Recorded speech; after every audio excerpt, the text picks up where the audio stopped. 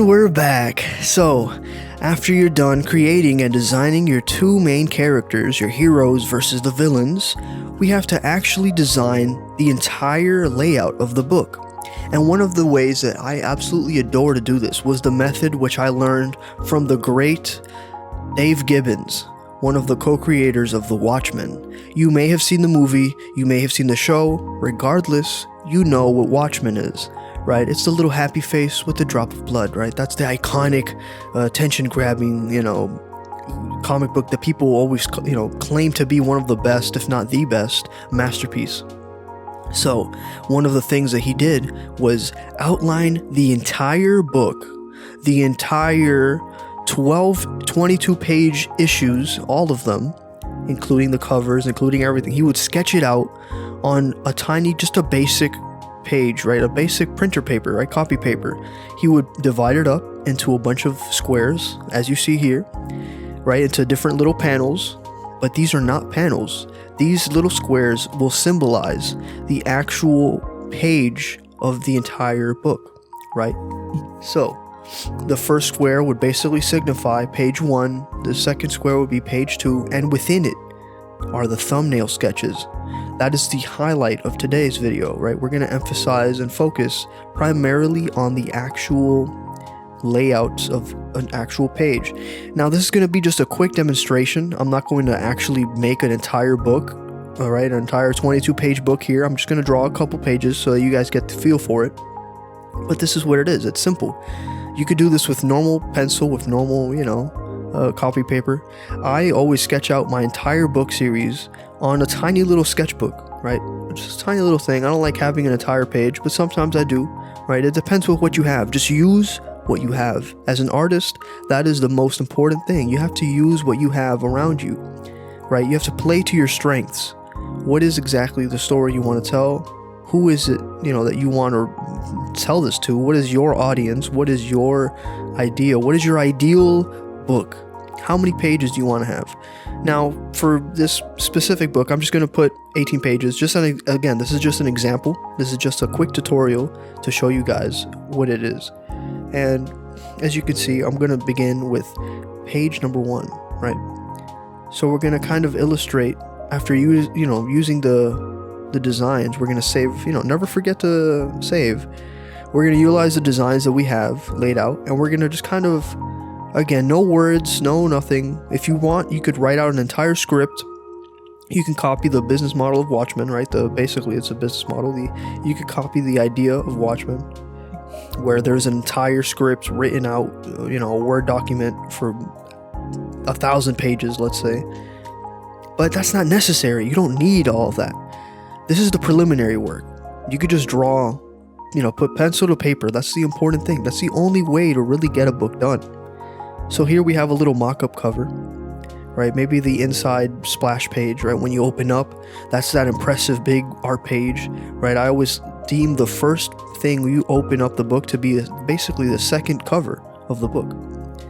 Here again, you choose how many panels you want, how many little squares of boxes and text, whatever. Just leave enough space for it, right? Whenever you're drawing your character, we end up getting lost in all the little details of him and all of the little things.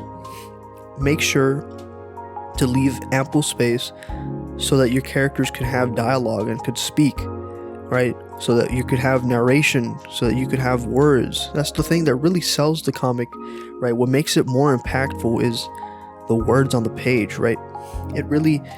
It depends what kind of style, what kind of energy you want to resonate, what kind of narrative you want to weave into the minds of people, right?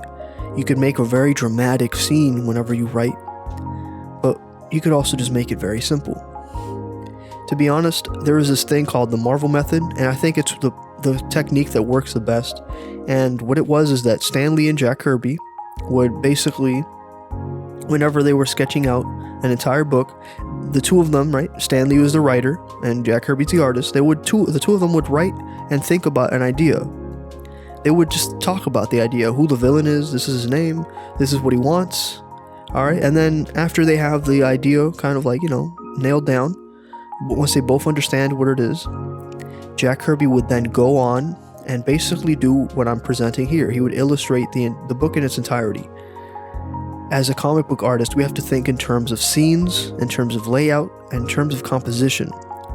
What is the main focal point of each page? Every single time you flip the page, there has to be an anchor, meaning something that, draws the eye towards it.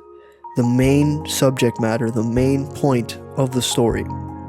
In this page here, we can see a little bit of like the creation of the world and this and that and whatnot. We can see the child blowing the bubble, and then of course we have right smack down in the middle, the main point of the whole page, right? The anchor is Bubble Boy, and we see him even popping out of the borders, right? So it's even more impactful. You could do this stylistically, but don't take away from it, right? Simpler is better. If you have a little format for it, it's even better. You could download templates online. You don't have to be as creative. You don't have to draw it out yourself. You could honestly just imitate templates. You could open up your favorite comic book right now and just draw the squares, and then just put your own characters in the squares, see what you come up with. That's the best practice, honestly. And at the end of the day, practice makes perfect, right? Here we're gonna have a scene of them just kind of, just chatting together, carrying it in the car. They're going to be just looking out of the windows and stuff. The most important thing is to try to put as much into the first couple pages as possible, right? You want to design a world for the reader to enter into. You want them to feel comfortable. You want them to feel as though they already know this world, right? They feel like they're a part of it. The main, point of it is to leave a lasting impression, right? As we established in part 2, the entire idea of a comic book is translating the abstract emotional resonance, right? And I know these are some big words here, I know. You have to tap into the unconscious mind, right? Whatever you're feeling, whatever you think the world needs to learn, whatever lesson you want to teach them, whatever, experiences you've had in your own personal life, you have to be able to translate that onto the page. You have to be able to convey that through images and words. That's literally the ideal format for storytelling, is pictures and words. That's why comic books is the perfect medium for storytelling. That's why there's so many movies and TV shows and animation, cartoons, live action, all these things. In every single genre, they derive their main inspiration from these comic books, because when you think about, in terms of animation, when you think about a storyboard is practically a comic book without words. You're seeing the characters in motion. You're seeing them having their conversation. They're sitting, talking about the things and the problems and their feelings, and most importantly, they're making the world happen. Every time you flip the page, to me, it's as though you're giving life to the character, right? You're breathing life to the page. You're breathing in this kind of energy that you have to have throughout the entire book. So as an artist, as a creator, as a writer, you want to keep them engaged. You want it to be visually dynamic, right, and interesting. You want it to not just be boring and mundane. You want to be able to have it, be impactful. You have to want to make it resonate with them. You have to make it meaningful. So again, you don't have to stick to a strict formula whenever you're laying out the page. You just kind of have to honestly just make a ballpark idea. That's what the thumbnails are. That's what Dave Gibbons did in Watchmen. He made them maybe a little bit more intricate, right? A little bit more detailed. He would, for the preliminary work, sometimes we end up putting a lot more time and attention to it than we would than we normally would for other things, right? Because you have to get the book right at this stage. This is where you do all of the editing, because it's, it's quick, it's disposable. This is where you get to literally make the whole book with no pressure, right? It doesn't matter. It doesn't need to be perfect, because here we're just doing the test run, right? I'm going to make a book. This is the whole book right here. This is scene 1, part 2, part 3. This is, we have to have the entire thing outlined in order for it to actually make sense. Because if you're going and, if you're drawing bicep muscles highly detailed, or if you're drawing a tree or a house in perspective highly detailed, you're gonna forget the bigger picture. However, if you have this as a guide, you always have something to refer back to, right? It's honestly one of the tools I use the most. And one of the main things that I love about this is when you're making a book and you don't feel like adding a strange new idea that you had, you could just go autopilot. This is the book.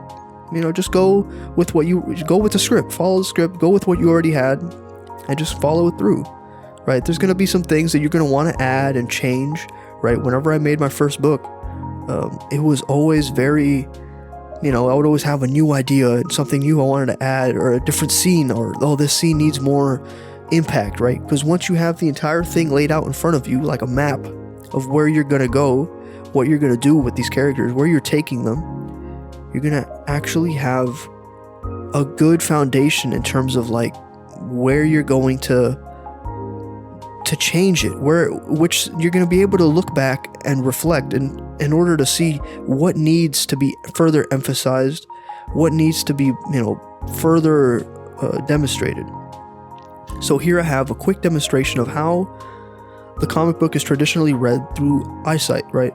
And you just follow it through. You want to have it be a page turner. You want them to flip the page.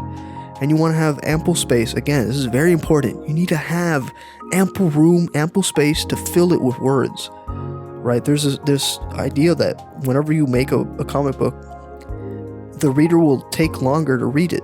They'll be able to stare at the artwork longer if there is more words on the page. That's basically timing it out. How long do you want them to stay on that page? Add more words. If it's something quick, if it's just action-packed, have no words. It really just depends on what it is you want to do and convey, right? The comic book as a medium is very open to interpretation, right? And you could have comics within comics, you could have panels within panels, right? You could be as creative as you want. But this is basically the building blocks, the foundation, and how it works. And remember, this is important. Whenever you're working with comic books, in order to print it out, you need to remember it has to be a number divisible by 2. So the way I like to work is in spreads, right? The way that I work is I work 2 pages at a time. And whenever you're working on a large page, right, whenever it opens in half, when you open in the centerfold of the book, typically pages 8, 15, around there, you're going to have to count it out, but you get to see like, okay, well, what massive image, impactful image deserves to be an entire, basically a poster size, right? So you have to think in terms of when you're drawing it, don't get caught in the centerfold, right? So always space it out, on the more towards the left and more towards the right. Don't ever draw directly in the middle because it's not going to look perfect. Remember, the pages will fold, right? So back to it. Whenever you're actually making it step by step, you have to convey exactly what it is you want to come across. You have to convey what feeling, what emotion, right? You have to pace it out. All right, if they're scared, if they're running in the wilderness, it has to be quick. You're not going to put a whole lot of words describing the trees and the birds if he's running. You have to make sure it's just sound effects, right? It's like crack, crack, thump, thump. What is that? Rustle. The little sound effects that are in the background of it. You can't be fixating on the little details and the intricacies, right? I'm going to just do a quick demonstration on how it is, I blow up the thumbnail into a final page, right? Because this is important. This is the whole point of it, is to draw it in its entirety. And once you have that done, you're going to go back, use what you sketched out, and make sense of it, right? Because it's going to just be little scribbles, little chicken scratch, right? It's not going to make a whole lot of sense, but it's going to come to life. Now here I'm going to demonstrate the importance of guides. You don't want a wonky looking comic book. I mean, unless that's like, they're going through, they're time traveling or something. It's like some weird effect you want to have. But typically we want it to look clean and professional, and we want it to have straight lines. And for that, you just, make your own templates. I constantly make my templates. I adjust them, I edit them to my liking, right? And that's how it works. It's just find your way of working best. For example, you don't have to always work in threes. You can see here I divided the page into 3 larger groups. You can work with a whole lot more, right? It depends how much you want to add into the page. Frankly, I'm just kind of doing what Jack Kirby did, right? The 6 panel grids, right? And this is how it's going to look best. It's dividing the page into 3 because it just paces it out better. You have enough time to, develop the drawings and give it the attention that it deserves. And you also have enough time to, space to add words, right? So it's really just about, again, it's what you want to convey. In this specific story, in this specific scene, I'm going to only illustrate the first half, and I'm going to just do a quick demonstration of the bottom half, right? This is not going to be for the final book. I will continue actually making the final book. Next video, I'm going to describe how it is that we make the cover art, right? It's the most important, probably the most popular part of comic book creation. So here I'm just kind of demonstrating, this is a scene I want to be, very cozy, very nice, very, it's going to be a heartwarming scene, right? It's these two characters, they're going to grow closer together and they're going to speak, right? You ever sat with a friend at a park and it's just nice, you can talk about life and, all these things.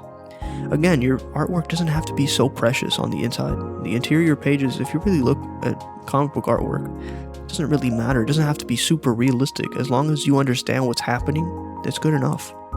Don't be a perfectionist. You want the book to be done and published so you could learn from it and go on to book number 2. That's how it is. You don't want to spend too much time, on the thing that might be a flop.